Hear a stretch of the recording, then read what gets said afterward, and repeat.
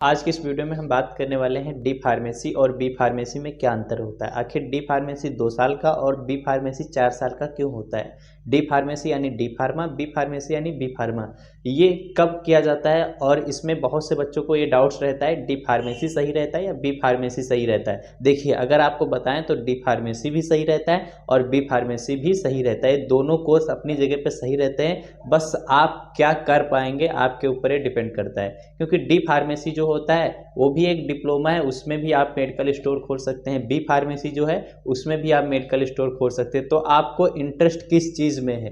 देखिए, इंटरेस्ट का मतलब जो बी फार्मेसी कोर्स होता है वो 4 साल का होता है और डी फार्मेसी जो होता है वो 2 साल का होता है। भैया, 2 साल का कोर्स और 4 साल के कोर्स में कितना ज़्यादा अंतर है, यानी कि डबल का अंतर है, 2 गुने का अंतर है।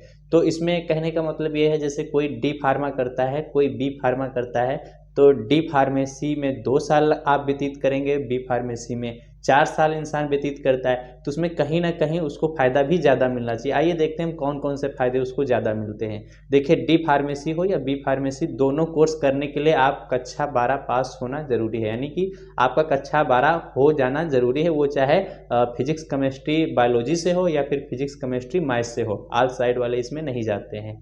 तो अगर आपने कक्षा 12 को पास कर लिया है फिजिक्स केमिस्ट्री बायोलॉजी या मैथ्स से, तो आप एडमिशन ले सकते हैं आराम से, किसी भी कॉलेज में आप फार्मेसी कर सकते हैं। इसमें सिखाया क्या जाता है, इसमें आमतौर पर दवाइयों का निर्माण कैसे किया जाता है और पेशेंट को कौन सी दवाई किस तरीके से दी जाती है और साथ ही में कोई ड्रग कैसे काम करता है, ये सारी चीज़ें आपको इस फार्मेसी के अंदर बहुत ही अच्छे से पढ़ाया जाता है। लैब में आपको दिखाया जाएगा कि कोई दवाई किस तरीके से काम करती है, कोई दवाई को आप कैसे टेस्ट करेंगे, इसी के अंदर सारा कुछ सिखाया जाता है। 2 साल में जो होता है आपको मेन चीज़ें सिखाई जाती हैं, और जो 4 साल का कोर्स होता है उसमें बहुत ज़्यादा डीपली यानी कि बहुत ज़्यादा बारीकी से आपको सिखाया जाता है। एक बात यहाँ पे आप और ध्यान रख लिए, अगर डी फार्मेसी कोई कर रहा है तो थोड़ा आसान कोर्स होता है, बी फार्मेसी कठिन कोर्स होता है। कठिन का मतलब उसमें इंग्लिश होती है, मतलब पूरी की पूरी अंग्रेजी होती है, उसमें आप एक भी वर्ड हिंदी में नहीं लिख सकते हैं। जो लोग हिंदी मीडियम से पढ़ के जाते हैं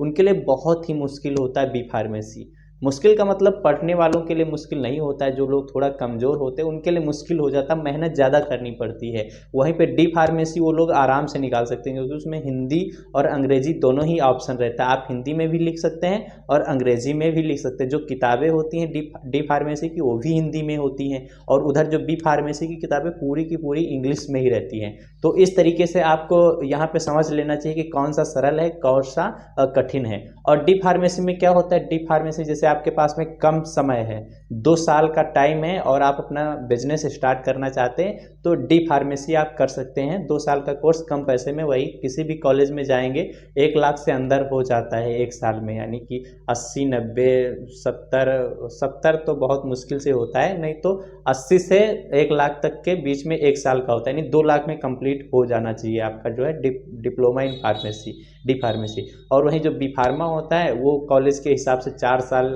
लग जाता है, यानी कि किसी किसी कॉलेज में 80,000 1 साल का होता है, किसी किसी में 70, किसी किसी में 90 तक भी होता है। उसमें कॉलेज के हिसाब से होता है, जिस हिसाब से कॉलेज की फैसिलिटी रहती है उस हिसाब से उसका फीस रहता है। दोस्तों, तो अब आपको यहाँ पे 2 चीज़ें समझ में आ गई होगी कि डी फार्मेसी और बी फार्मेसी में फीस का मैटर कितना अंतर रहता है। डी फार्मेसी में जो 1 साल रहता है उसमें थोड़ा सा ज़्यादा फीस रहती है बी फार्मेसी के हिसाब से, और 2 साल का डी फार्मेसी होता है, 4 साल का बी फार्मेसी होता है। डी फार्मेसी में आपको एक चीज़ और समझ आई होगी कि इसमें हिंदी और इंग्लिश दोनों होता है, और बी फार्मेसी में केवल इंग्लिश ही होता है। ये चीज़ आपको ध्यान में रखनी है, बिल्कुल भी कहीं भी आपको ज़रा से भी हिंदी नहीं मिलेगी बी फार्मेसी के अंदर, ठीक है। और बात करें तो डी फार्मेसी करने के बाद और बी फार्मेसी करने के बाद स्कोप क्या होता है, क्या क्या कर सकते हैं। देखिए, स्कोप तो दोनों में लगभग सेम ही होते हैं। जैसे आप डी फार्मेसी करने के बाद भी इंडस्ट्री में जा सकते हैं,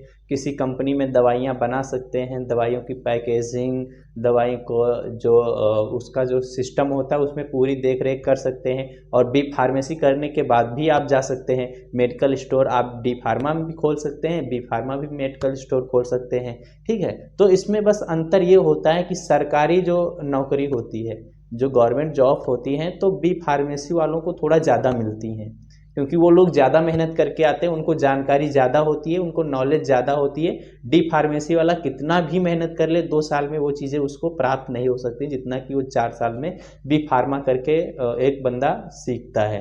तो ये अंतर ज़्यादातर मैटर करता है। डी फार्मा डिप्लोमा होता है और बी फार्मा बैचलर होता है, उसकी मान्य थोड़ा ज़्यादा होती है, ठीक है, उसमें क्योंकि मेहनत ज़्यादा लगती है।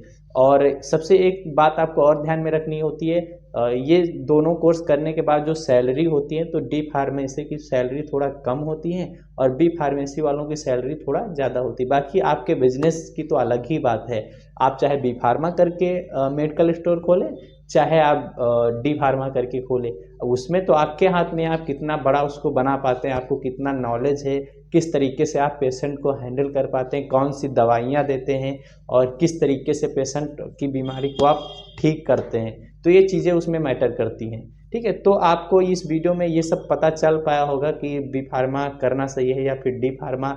और हमको ये इतना ज़्यादा नहीं पता है कि आपका क्या क्या डाउट हो सकता है। अगर आपका कोई डाउट्स है तो इस वीडियो में आप पूछ सकते हैं, बेहतर समझाने का अगले वीडियो में प्रयास करेंगे।